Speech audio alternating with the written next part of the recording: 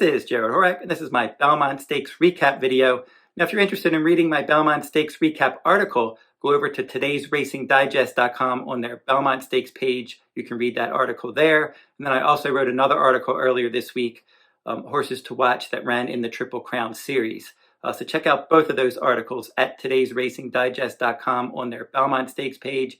And if you're interested in bonus free selections, at horseраcingnation.com. For many years, I've had a best bets blog. I post that every day. So go over to the handicapping section on the front page at horseраcingnation.com if you're interested in that. And then I also post free selections from stakes races at therunawayhorse.com on my free pick page there. And in the description in this video, I will provide links to all those websites if you're interested in any of that. Now, the Belmont Stakes this year, no Triple Crown on the line. The last time a Triple Crown was on the line was 2018, and Justify got the Triple Crown. And then since then, 2019, 20, 21, 22, and now 2023, we've had 3 different winners of each of the Triple Crown Series races. And this year, in the Kentucky Derby, we had a pace meltdown, and you saw unraced 2-year-old Mage rally from off the pace to give Javier Castellano his first Kentucky Derby victory. That was a nice win. Two Phils had the lead. He ran that one down. And then your show finisher was Angel of Empire. And then in the Preakness Stakes, you had Mage was the favorite, but it was a completely different race shape. In the Preakness, it was slow early. And the horse that was out there controlling the pace was National Treasure for trainer Bob Baffert. John Velasquez got his first Preakness Stakes win, and trainer Bob Baffert got his 8th Preakness winner there, when National Treasure from the inside post, putting blinkers back on, was able to get out there and control the pace. He was going very slow, 48 and change for the half, 113 and change for the 6 furlongs. Blazing 7 stalked wide, came after him, couldn't get past National Treasure, and he was able to win that Preakness Stakes by controlling slow tempo. And then your Kentucky Derby winner, Mage, was 3rd in that race. And then on to the Belmont Stakes, the final jewel of the Triple Crown. So in the first race, we had a pace meltdown. In the second race, as I mentioned in the Preakness, we had a very slow pace, and National Treasure controlled it. In the Belmont Stakes, the pace was honest, and we had a perfect trip winner there. Now, once again, National Treasure was able to get out there and control the pace on the front end under John Velasquez. And this time, though, he had to go quicker than he did in the Preakness. Now, the Preakness at 1 mile and 3/16, I mentioned the fractions were 48 and change, 113 and change. In the Belmont Stakes at 1.5 miles, his opening half was 47.69 and 6 furlongs and 112.56. So he had to go faster at the 4 furlong and 6 furlong mark at 1.5 miles than he did at the Preakness Stakes at 1 mile and 3/16. So the pace was definitely on the honest side here. And he was being pressured from the inside post by Tapit Shoes. Now, Tapit Shoes was one of 3 Brad Cox trainees, and this one was one that he definitely wanted to have on the pace from that inside post. And then another Brad Cox trainee, Hit Show, was stalking from the outside. So you had National Treasure out in front, Tapit Shoes pressing from the inside, and Hit Show pressing from the outside.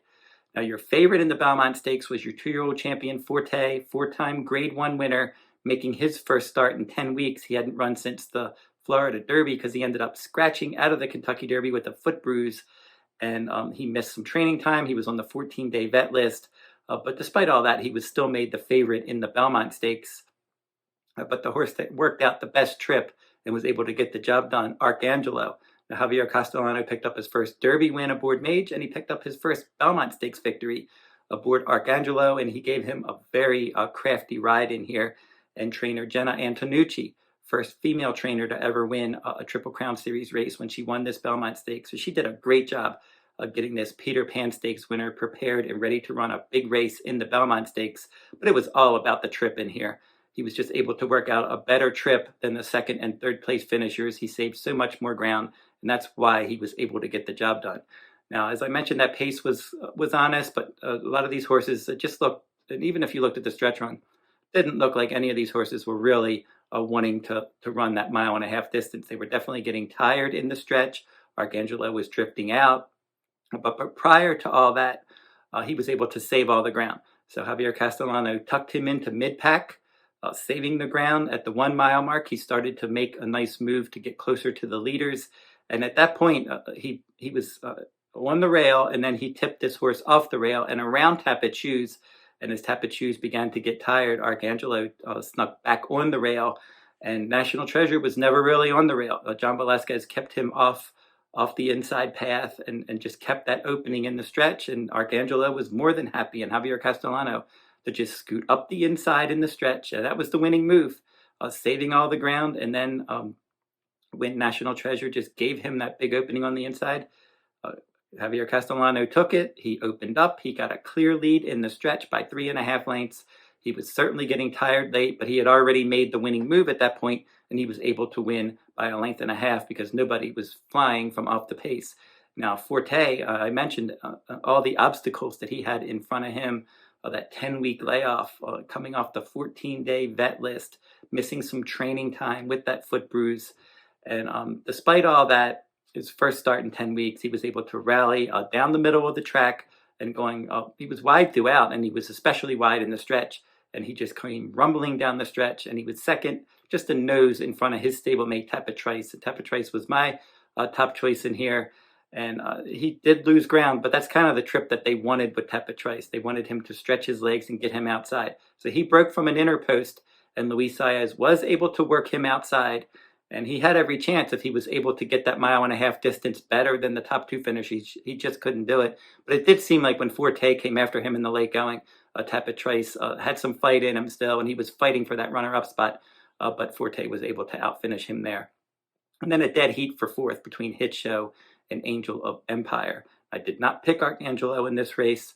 I did give out one superfecta for 10 cents on my full card. Didn't end up making any money in that Belmont Stakes, and that superfecta took a hit on the price because of that dead heat for fourth between Hit Show and Angel of Empire. So Arcangelo just got the best trip. So for this whole Triple Crown series, we've seen trip and pace made every difference in all three races. These horses are just so evenly matched. There's really no leader in this division. When we had that fast pace, we saw closer Mage take advantage in the Derby, and then he came back in the Preakness, and he wasn't able to duplicate that when the pace was different. Same with National Treasure. When he was had everything his own way in the Preakness Stakes, he was able to win it. And when he had to have a faster pace at a longer distance in the Belmont, he couldn't keep going. And then in the Belmont Stakes, we saw that perfect trip, Arcangelo, saving all the ground at 1.5 miles and being able to win by 1.5 lengths. So now that the Triple Crown Series is over, as I said, there's really no leader to this division. Forte ran a fine race. Obviously, if anybody is still considered the leader, maybe it is him. He was your 2-year-old champion, and then he also won the Fountain of Youth Stakes and the Florida Derby, and he defeated Kentucky Derby winner Mage in both of those races. So just looking at the overall form and the way that the prep races played out, Florida races held up well in form, and Forte not embarrassed at all in his first start in 10 weeks of being able to run second in the Belmont Stakes. So now we're going to head to the second half of the year, and this division is absolutely wide open. As I said, there's really no leader, and I don't blame anybody for thinking someone that didn't win any of the Triple Crown Series races is going to emerge as your 3-year-old champion at some point. One of these horses that didn't run in it, like an Arabian Lion, an Arabian Knight for trainer Bob Baffert, those horses certainly could do some damage in the second half of the year, along with some others as well. So that'll wrap up my look at the Belmont Stakes and the whole Triple Crown Series. It was a fun year. I want to thank everybody for purchasing my Triple Crown Series products. We were able to have a nice profit in the Preakness Stakes, so that was the big one, and we did cash one ticket in the Belmont, did not hit the Kentucky Derby this year. So hopefully, as we keep rolling on into the summer, we'll be able to make some races in these videos that I'm going to be covering, races like the Haskell and the Travers, the Pennsylvania Derby, and some other big races as we build up now to the Breeders' Cup Classic after these big 3-year-old races are run, and then the Breeders' Cup in the fall. Maybe we have to go all the way to the Breeders' Cup before we find out who's going to be your 3-year-old champion this year, because it certainly seems wide open, and I wouldn't be surprised if we keep seeing different winners in these big races, like the Haskell, the Travers, the Pennsylvania Derby. You're just going to see, I think, horses pop up and do well in those races as we keep rolling. Now, a prep race for the Haskell Stakes is the Pegasus Stakes, and that will be run on Saturday, June 17th, and I'm going to do as my next video analysis of that race. So stay tuned to that. Until I see you next time, good luck at the races.